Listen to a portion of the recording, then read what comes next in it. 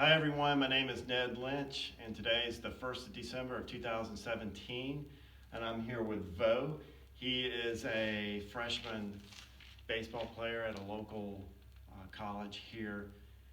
The first time that I met Vo was about 5 years ago when you were in high school, and we were at a high school football game, and I asked my wife, I said, who's that kid down there with all that energy? And Bo, you stood out as the player who was just totally energized, so much that you stood out from the rest of the players. What is that energy? What does that make you feel like? And is that something that you know that is occurring? And do you have full control over that? Um, I don't think I have control of that energy. I think it comes from the passion of the game. I love the game so much. When I'm on the field, I'm in the zone, and it just comes out, and I can't control it. Really? Yeah, really. Do you have? Can you sustain that for the whole game? It depends. It really depends. It depends on the moment. If the moment's big enough, then yes, I can. You can. Yeah. You can go all the way through the fourth quarter with that same level. Depends. It depends. Depends. Yeah, on the moment. Okay. That's good information to know, and I'm glad that I'm giving you this lesson because I'm going to give you some cool techniques that you could try. Do you have that? Do you have that same feeling in baseball as well? I do. I do have the same feeling, but I have not been so hot. So Do you get to the point where you're too wound up, too much energy, and that causes you to perform bad? I would say so. Yeah. You would? Yeah. What are some of the things that have occurred that were bad performance? I would be so hyped up to make the play that I'd be really jittery, and I would not be really smooth with my movements. So I would be really jittery, and I'd miss the ground ball because I'd be so ready to make the play. What about your throws? So you play second base, so you're throwing typically to first a lot of times, Yes. right? A lot of times, I want to make the play. I'd rush my throw. When I have plenty of time, I'd rush it. So yeah, that energy has caused some negative. And when you throw the ball, are you overthrowing it or throwing it over the first baseman's head, or it's just not accurate? It's not accurate. Okay, Yeah. that's really good information to know, and this lesson I think can help you. Yeah. Really, I'm serious. So the fact that you do know that you are getting hyped up and causing yourself to perform bad, that is the first step because you got to be aware.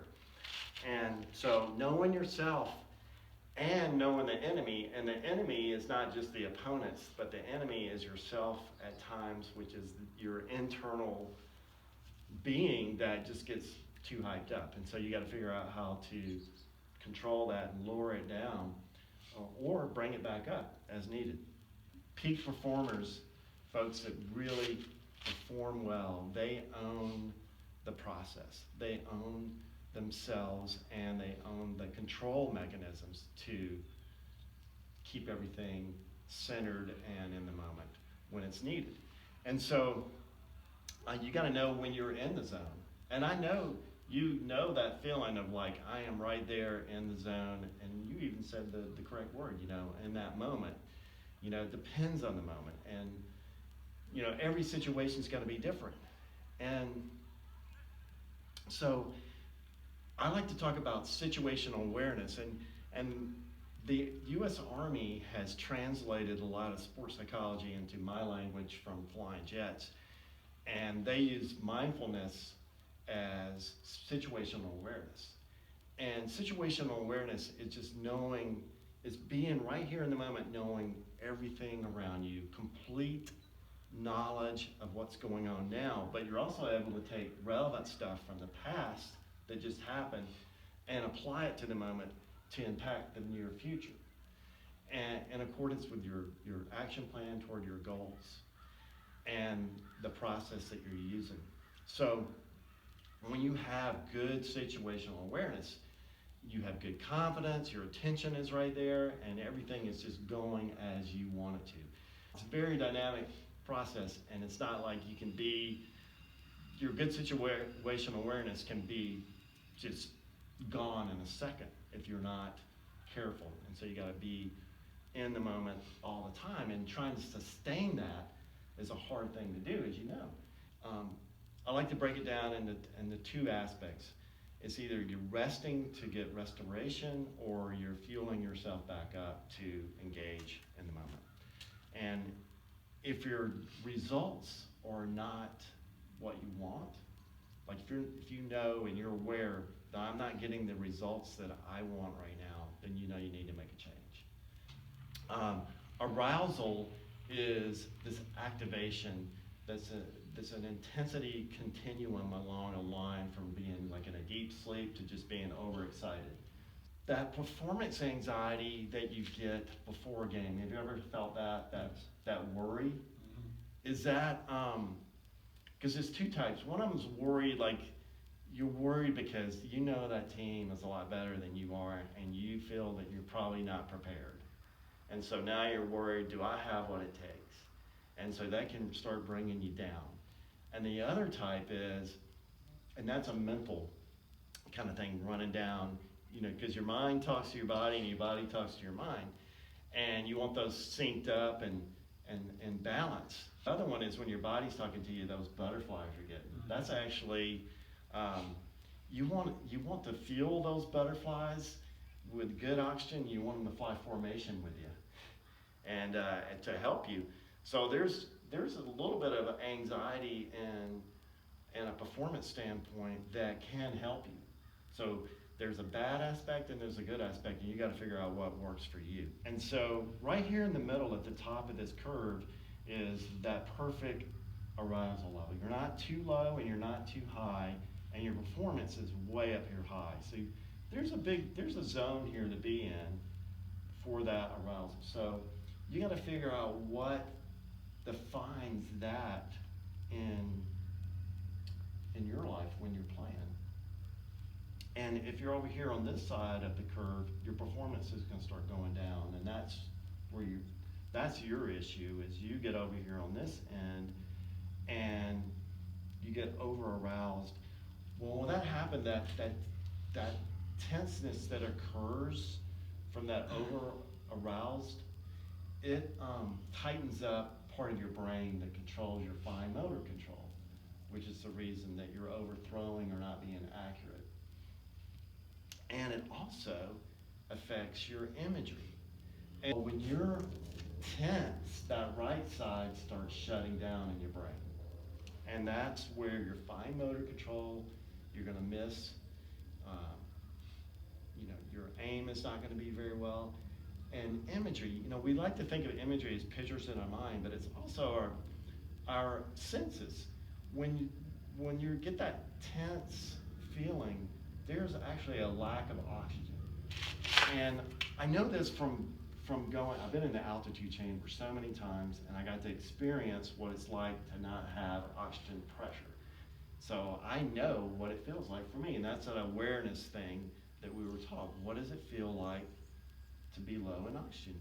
Well, one of them is your hearing starts getting weird. Everything gets kind of echoey. Things get slowed down. You get tingling feeling in your hands. Your lips get numb. You start having these weird hot flashes. Your vision starts kind of going gray, but you don't really realize it. Your fingernails are turning blue. And then as soon as you put on that oxygen mask, it's like whoosh. It's like this rush of color. And so when you're over aroused, it's the same thing. You're shutting off that oxygen flow. So it might look normal, but in your brain and all your senses are being constricted and choked because they don't have oxygen, so you can't see as well. And when you throw, your aim is off because your vision is not quite right. And also your rods and cones in your eyes are not operating right because your rods are for night vision, but they're also for picking up movement. So when that baseball is coming towards you, you're not picking up that movement as well because you need oxygen. So basically, when you're on this back side of this curve, you're not getting oxygen to your brain. So how do you get oxygen? Breathe. Breathe, exactly. So you already know the answer. And knowing that you're aware of it is the first step, like I said. Here's another one that's interesting, is that when you sigh, that's like a high level, that's like a frustration kind of, it's like, I just sighed. That's a frustration thing. Or when you yawn, that means your brain needs oxygen. Just look at your pulse. And so we all have Fitbits now, and we have Apple Watches and things. We can see what our heart rate is. And there's a chart, and it's going to vary from person to person, but you're optimally performing down here for like survival or combat with your complex motor skills. Complex motor skills are going to be when you need that accuracy when you're throwing the ball. That's about 115 to 145 on your beats. Who knows? You would have to go out and experiment and see. Like you would look at your watch and go, you know what? I did a really good play then. That felt good. What was my heart rate? And you go, oh, it's 130. Oh, wow. So now you know that number, and you can kind of start looking at that and kind of having an idea. And that way you have awareness about yourself. And basically, you've heard of that term called tunnel vision. Mm-hmm. Tunnel vision is not just your vision, it's everything. It's your hearing, your smell, your touch, all your senses. So and that's, again, I believe, a lot has to do with lack of oxygen, because you're just choking that out of your brain, and you're choking it out of your body and muscles. And then when you start getting that kind of hyped up sense, that's a yellow light, that's the time to step back and go, I need to take a breath. And then if it goes red, that's when you're like making mistakes, like you were saying. And that's your problem, is when you get into this red and you're not angry, you're just over aroused. And knowing when you're in the red, that's when you need to immediately step back, get yourself under control.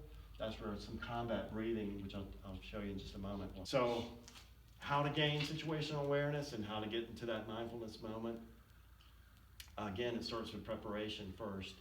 And part of that is doing a lesson like this, and then anticipating the obstacles, and then being fuel. But fuel is oxygen, fuel is also the food you eat, and fuel is hydration.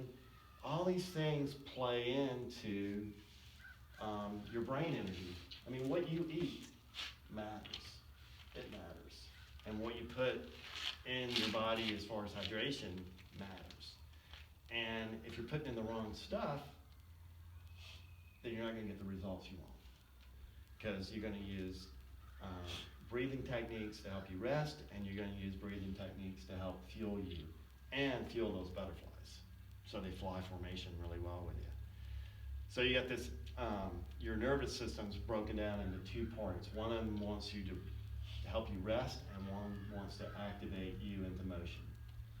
And typically, based on our survival instincts built into us, our body and mind are kind of connected into this alert status.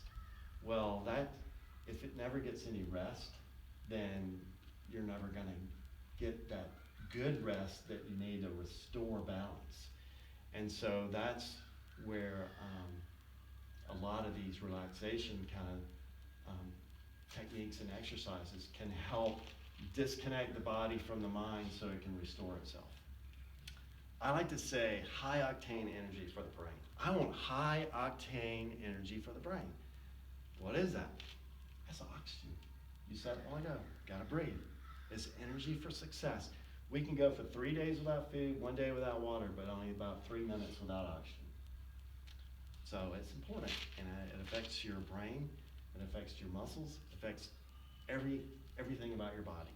Talk about some different kinds of breathing to help us. And the battlefield is a football field, is a baseball field, is a basketball court, is a rock climbing wall. Whatever your sport is, that is your battlefield. And it's a battle. And so combat breathing gives you the ability to gain control over that moment and get back centered so that you can execute like you're supposed to. And the way to do that is you slowly inhale a deep breath for 4 seconds.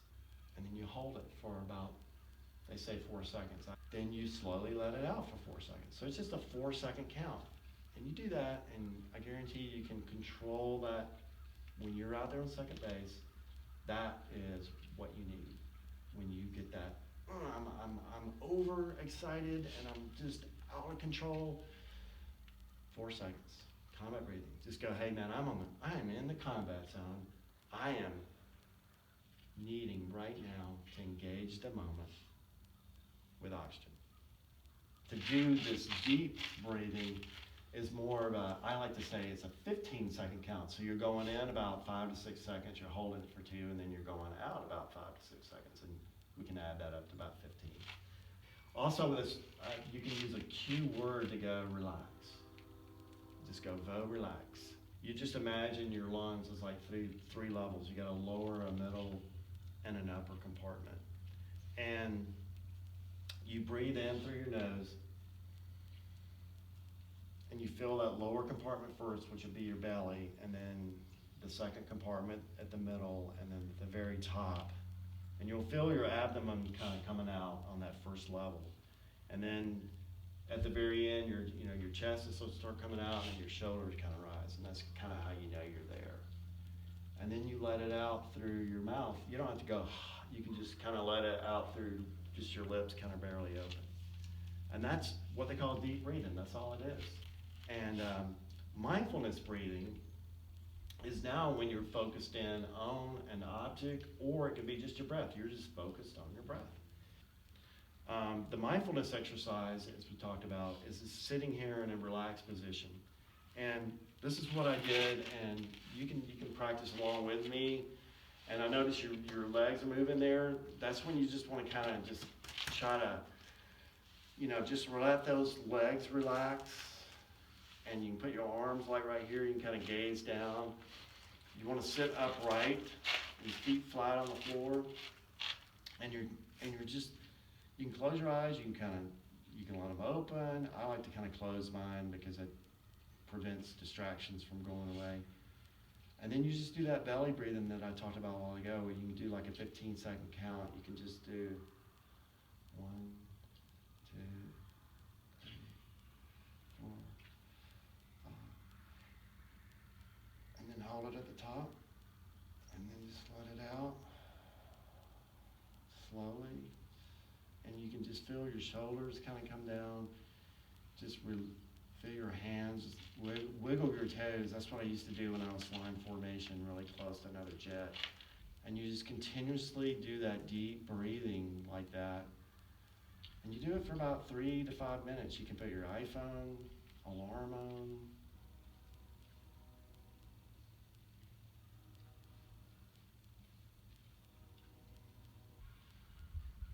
How's it feel? Yeah. So I think if you do that, like if you're in your car right before a baseball game, just kind of sit there for 5 minutes. That way it kind of just gets rid of all that noise around us. I mean, our world we live in is so much noise. Sometimes you just need to chill, regroup, reoxygenate, let the muscles and mind restore themselves to balance. And you got to, one, be aware, and then you've got to be able to take that and control it and give yourself the fuel you need for the moment, to stay there in the moment with complete situational awareness so that you can execute the process that you need to win the game and be successful. So keep up the good work, stay in the books, and I hope we can have more lessons together in the future.